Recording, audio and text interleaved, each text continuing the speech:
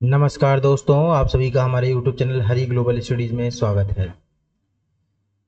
तो आज की हमारी क्लास हिंदी की है। हिंदी में आपके इम्पोर्टेंट क्वेश्चन जो आते हैं, कुछ क्वेश्चंस वो रचनाओं से आते हैं। रचनाएं और उनके लेखक। तो जो आपकी मोस्ट इम्पोर्टेंट रचनाएं हैं और उनके लेखक हैं, उनकी आज क्लास है। तो आप सभी एक बार देख लीजिए। देखिए, पहले हैं जयशंकर प्रसाद। जयशंकर प्रसाद की है कामायनी, तितली, कंकाल, ईरावती। अच्छा, जो इनकी ईरावती है ये अधूरी उपन्यास है, यानी पूरी नहीं हुई थी, ये अधूरी उपन्यास है। अब ध्रुव स्वामिनी, चंद्रगुप्त, स्कंदगुप्त, झरना, आशु। अब ये आंसू जो आपके है ये बहुत इंपॉर्टेंट है। आकाशदीप, छाया, आंधी, इंद्रजाल, जन्मेय का नाग यज्ञ और प्रेम पथिक। ये आपकी जितनी भी इंपॉर्टेंट है जयशंकर प्रसाद की, वो आपकी है। कौन कौन सी, फिर से एक बार देख लीजिए। कामायनी, तितली, कंकाल, ईरावती, ध्रुव स्वामिनी, चंद्रगुप्त, स्कंदगुप्त, झरना, आंसू, आकाशदीप, छाया, आंधी, इंद्रजाल, जन्मेय का नाग यज्ञ और प्रेम पथिक। फिर आपकी अगली आती है मुंशी प्रेमचंद की। इनको मुंशी प्रेमचंद को उपन्यासों का सम्राट भी बोलते हैं। इनकी कौन सी है, पहला जो उपन्यास है इनका वो सेवा सदन है। इनकी जो पहली रचना है वो बड़े घर की बेटी। बाकी गोदान, गबन, रंगभूमि, ये तीनों ही मोस्ट इंपॉर्टेंट है। कर्मभूमि, कायाकल्प, प्रेमाश्रय, मानसरोवर, मंगलसूत्र इनका अधूरा उपन्यास था। अगर पूछेगा मुंशी प्रेमचंद का अधूरा उपन्यास तो कौन था, मंगलसूत्र। अगर पूछेगा पहला उपन्यास तो सेवा सदन, पहली रचना तो बड़े घर की बेटी। बाकी गोदान, गबन, रंगभूमि मोस्ट इंपॉर्टेंट इनकी रचनाएं थी। बाकी करबला, कफन, ये भी आपकी कफन भी बहुत मोस्ट इंपॉर्टेंट है। और ईदगाह, ईदगाह, पूस की रात, नमक का दरोगा, अंग्रेजों के द्वारा एक उपन्यास जब्त कर लिया गया था जिसका नाम क्या था, सोजे वतन। ठीक, ये किसका था सोजे वतन, आपका मुंशी प्रेमचंद का ही है। तो ये मुंशी प्रेमचंद के और भी हैं, करबला, कफन, ईदगाह, पूस की रात, नमक का दरोगा। बाकी जो अंग्रेजों के द्वारा उपन्यास जब्त किया गया था वो कौन सा था, सोजे वतन। फिर अगला आता है कालिदास की रचना है। इसमें अभिज्ञान शकुंतलम, ये हिंदी अनुवाद इसका लक्ष्मण सिंह ने किया था, अभिज्ञान शकुंतलम का। बाकी रघुवंशम, कुमार संभवम, विक्रमाश्चर्यम, विक्रमाश्चर्यम, मेघदूतम, ऋतु संहार। ये देखिए, जो मैंने आपको मोस्ट इंपॉर्टेंट जो आपकी हैं वो मैंने आपको फर्स्ट स्लाइड में रखा लिया था। बाकी सेकंड में इंपॉर्टेंट है, जैसे मान लीजिए कुछ कुछ जो सेकंड में आपको हैं। जैसे देखिए इसमें क्या है, इसमें आपके लगभग सभी इंपॉर्टेंट, जितने भी इंपॉर्टेंट। वैसे अब होती तो कालिदास के उपन्यास बहुत सारी, लेकिन आपको इंपॉर्टेंट इंपॉर्टेंट उठाई जो पेपर में आपके आ भी चुकी हैं। जैसे अभिज्ञान शकुंतलम, रघुवंशम, कुमार संभवम, विक्रमो वर्षियम, मेघदूतम, ऋतु संहार, किसकी हैं, कालिदास की। फिर ऐसे ही आते हैं मलिक मोहम्मद जैसे। अब जैसे कुछ की, जैसे अगर आपने अभी देखा होगा कि हमने ये इनकी मुंशी प्रेमचंद की एक फ्रंट पेज में था, एक स्लाइड में था, एक सेकंड स्लाइड में था। तो सेकंड स्लाइड वाली आपकी कम इंपॉर्टेंट है। कम का मतलब ऐसा नहीं कि आ नहीं सकती, आ सकती है, लेकिन चांसेस थोड़ा कम रहता है, क्योंकि ये कफन ईदगाह बहुत पूछी जाती है। तो ऑलरेडी कई बार क्वेश्चन आ चुके, तो इनसे ज़्यादा क्वेश्चन बन सकता है, इसीलिए इनको फर्स्ट स्लाइड में रखा है। चलिए, मलिक मोहम्मद जायसी की, जायस नामक स्थान की वजह से इनका नाम क्या पड़ गया था, जायसी। पद्मावत, ये अवधी भाषा में लिखा गया है। अखरावट, मटकावत, इतरावत, चित्रलेखा, कहरनामा और आखिरी कलाम, ये किसकी थी, आपकी मलिक मोहम्मद जायसी की। फिर आते हैं रामचंद्र शुक्ल। इनकी कौन कौन सी हैं, चिंतामणि, त्रिवेणी, रसमीमांसा, विचार विधि, हिंदी का साहित्य। हिंदी का साहित्य किसकी रचना है, रामचंद्र शुक्ल की रचना है। अब गोस्वामी तुलसीदास की रामचरितमानस, बहुत इंपॉर्टेंट, आप सभी को पता होगा। रामचरितमानस अवधी भाषा में लिखा गया था, किसने लिखी थी, तुलसीदास ने। विनय पत्रिका, दोहावली, कवितावली, गीतावली, वैराग्य संदीपनी, पार्वती मंगल, जानकी मंगल, बरवै रामायण, राम ललान हछू और रामाज्ञा प्रश्न। इन्होंने राम के बारे में जो आप देखिए, जैसे जानकी मंगल है, ठीक है, ये पार्वती, बरवे, राम राम, जहाँ देखिए यहाँ राम नाम ज़्यादा आ रहा है, तो राम वाला अगर कहीं अगर कुछ सवाल आता है तो आपको सीधा क्या क्लिक करना है, तुलसीदास। फिर आते हैं रामधारी सिंह दिनकर। ये पहला राष्ट्र कवि इनका कौन सा, मैथिली शरण गुप्त। ठीक, पहला राष्ट्र कवि कौन था, मैथिली शरण गुप्त थे। ये कुछ इंपॉर्टेंट फैक्ट है, पहला राष्ट्र कवि कौन था, मैथिली शरण गुप्त। हिंदी का द्वितीय राष्ट्र कवि कहा जाता है किसको, रामधारी सिंह दिनकर को। देखिए, अगर पूछेगा हिंदी का द्वितीय राष्ट्र कवि कौन है तो रामधारी सिंह दिनकर। अगर पूछेगा पहला राष्ट्र कवि कौन है तो मैथिली शरण गुप्त।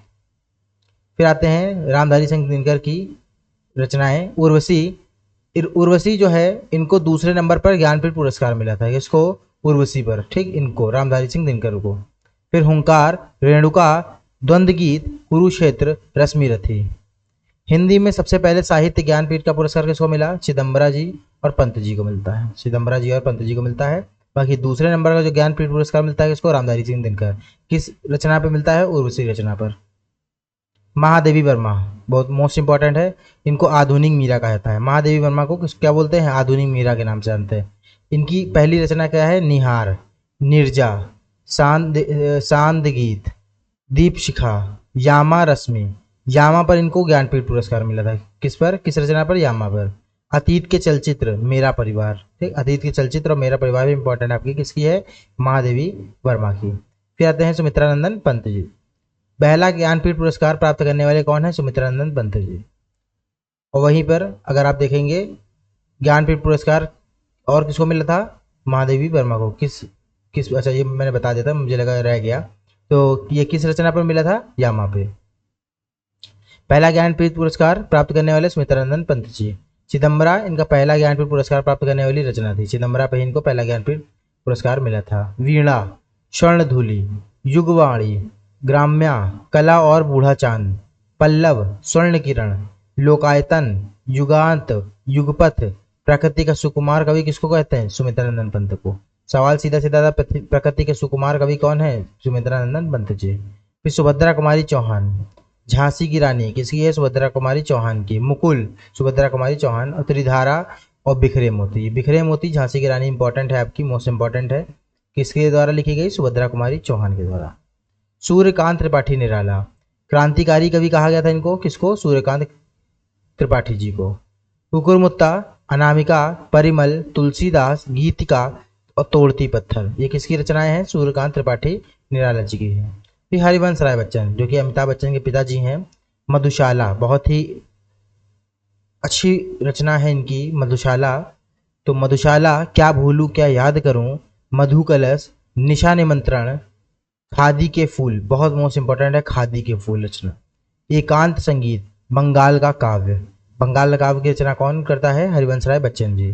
क्या भूलूं क्या याद करूं, हरिवंश राय बच्चन जी। खादी के फूल, हरिवंश राय बच्चन जी। मधुशाला, हरिवंश राय बच्चन जी। फिर आते हैं मैथिली शरण गुप्त। इन्हें हिंदी का राष्ट्रकवि कहते हैं, एक राष्ट्रकवि कहते थे। देखिए आपका एक सवाल ये था आपका।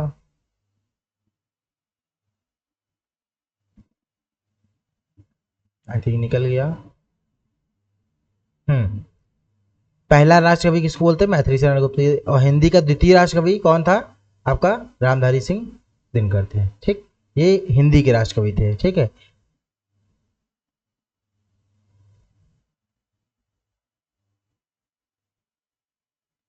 हाँ, तो ये कौन थे? मैथिली शरण गुप्त हिंदी के पहले राष्ट्रकवि थे। भारत भारती किसकी थी? मैथिली शरण गुप्त की। साकेत, मैथिली शरण गुप्त। जयदत्त वध किसकी? मैथिली शरण गुप्त की। पंचवटी, मैथिली शरण गुप्त। यशोधरा इंपॉर्टेंट है आपकी, मोस्ट इंपॉर्टेंट, मैथिली शरण गुप्त की। धर्मवीर भारती की। कनुप्रिया, ठंडा लोहा, सात गीत वर्ष, अंधा युग, गुनाहों का देवता, सूरज का सातवां घोड़ा। धर्मवीर भारती काफी इंपॉर्टेंट है आपकी, गुनाहों का देवता। सूरदास, और हाँ, सूरज का सातवां घोड़ा भी आपकी मोस्ट इंपॉर्टेंट है। सूरदास, इन्होंने श्री कृष्ण का वर्णन किया था लगभग, अगर आप देखोगे इन्होंने सब श्री कृष्ण पर ज्यादा वर्णन किया था। सूर सागर, सूर पच्चीसी, सूर सारावली, साहित्य लहरी, गोवर्धन लीला, ये किसके द्वारा लिखी गई? सूरदास की। ये सब किसमें मैक्सिमम लिखते थे? ब्रिज भाषा में लिखते थे। अयोध्या सिंह उपाध्याय हरिऔध, आधार खिला फूल, प्री प्रवास, रस कलश, पद्म पशून, वैदेही वनवास और चौखे चौपदे, ये सब किसकी रचनाएं हैं? अयोध्या सिंह उपाध्याय जी की। महावीर प्रसाद द्विवेदी जी, अद्भुत आलाप, कालिदास की निरंकुशता, नैषधि चरितम चर्चा, साहित्य सीकर, विचार विमर्श, किसकी है? महादेवी वर्मा की। विचार विमर्श आपकी इंपॉर्टेंट है, अद्भुत आलाप इंपॉर्टेंट है, कालिदास की निरंकुशता, अक्सर आता है कालिदास की निरंकुशता, लोग कालिदास कहते नहीं, महावीर प्रसाद द्विवेदी जी की। आचार्य हजारी प्रसाद द्विवेदी जी की। अशोक के फूल, मोस्ट इंपॉर्टेंट। आलोक Parv, Vichar Pravah, Kalpalata, most important. Kabir, most important. Kutaj, most important. Acharya Hazari Prasad में कबीर का तो आप कबीर दास मत लगा दे, कबीर किसकी रचना है तो आचार्य हजारी प्रसाद द्विवेदी जी की है। हरिशंकर परसाई, इन्हें हिंदी के व्यंग कवि कहा जाता है, यानी व्यंग करते थे तो व्यंग कवि कहा जाता था। जैसे उनके दिन फिरे, रानी नागफनी की कहानी, तट की खोज, भूत के पांव पीछे, सदाचार का ताबीज, शिकायत मुझे भी है, ये किसकी है? हरिशंकर परसाई। केशव दास की, रसिक प्रिया, कवि प्रिया, रामचंद्रिका और रतन बावनी किसकी द्वारा लिखी गई हैं? केशव दास जी। कबीर जो कि बहुत मोस्ट इंपॉर्टेंट है, बीजक, साखी, सबद, रामायणी, ये चारों ही मोस्ट इंपॉर्टेंट है। कौन कौन सी? बीजक, साखी, सबद, रामायणी। बीजक, साखी, सबद, रामायणी किसकी है? कबीर की। कौन सी? बीजक, साखी, सबद, रामायणी। वृंदावन लाल वर्मा की, तो मृग नयनी, बांस की फांस, झांसी की रानी, एक झांसी की रानी इनकी भी थी, ठीक है। भुवन विक्रम, ठीक। अगर आपको वृंदावन लाल शर्मा दिखे तो ऑप्शन में ये दोनों एक साथ नहीं आएंगे, ठीक। वृंदावन लाल शर्मा या तो आएगा, ठीक है, तो अगर झांसी की रानी सवाल में आता। वैसे अगर आएगा भी तो वृंदावन लाल शर्मा का तो इम्पोर्टेंट नहीं आता है, बाकी ये इनकी ज़्यादा इम्पोर्टेंट है, मृग नयनी और भुवन विक्रम। फणीश्वर नाथ रेणु चंद्रबरदाई, ठीक। चंद्रबरदाई इन्हें क्या लिखी थी? पृथ्वीराज रासो। और फणीश्वर नाथ रेणु ने क्या लिखी थी? मैला आंचल, कितने चौराहे, प्रतिपरी कथा। मैला आंचल और कितने चौराहे किसकी है? फणीश्वर नाथ रेणु की है, जो कि ये दोनों ही क्या है? Most important. चंद्रबरदाई ने क्या लिखी थी? पृथ्वीराज रासो, ठीक है। ये आपकी मोस्ट इंपॉर्टेंट है, चंद्रबरदाई द्वारा लिखी गई। देवकी नंदन खत्री जी, इन्होंने चंद्रकांता, भूतनाथ, कटोरा भर, कुसुम कुमारी। कुसुम कुमारी, भूतनाथ आपकी मोस्ट इंपॉर्टेंट। यशपाल जी के द्वारा कौन से लिखे गए? दादा कामरेड, झूठा सच, मेरी तेरी उसकी बात। झूठा सच किसकी है? यशपाल जी की, जो कि आपकी इंपॉर्टेंट है। विष्णु शर्मा जी, पंचतंत्र, मित्र भेद, मित्र लाभ या मित्र संप्राप्ति, ठीक है, किसकी है? विष्णु शर्मा जी की है। तो आपकी जितनी भी इम्पोर्टेंट रचनाएं थी मैंने आपको कंप्लीट करा दी हैं। आप इन्हीं को, इसी पीडीएफ को आप कम से कम 2 से 3 टाइम्स देख लेंगे तो आपको याद हो जाएंगी, ऑटोमेटिक याद हो जाएंगे। आप 2 से 3 बार देखिएगा, रटने की ज़रूरत नहीं पड़ेगी आपको। 2 से 3 बार सिर्फ देख लीजिएगा आप एक बार, आपको सारी चीज़ें याद हो जाएंगी, ठीक है। तो आप सभी का हमारे साथ जुड़ने के लिए बहुत बहुत धन्यवाद। Thank you class.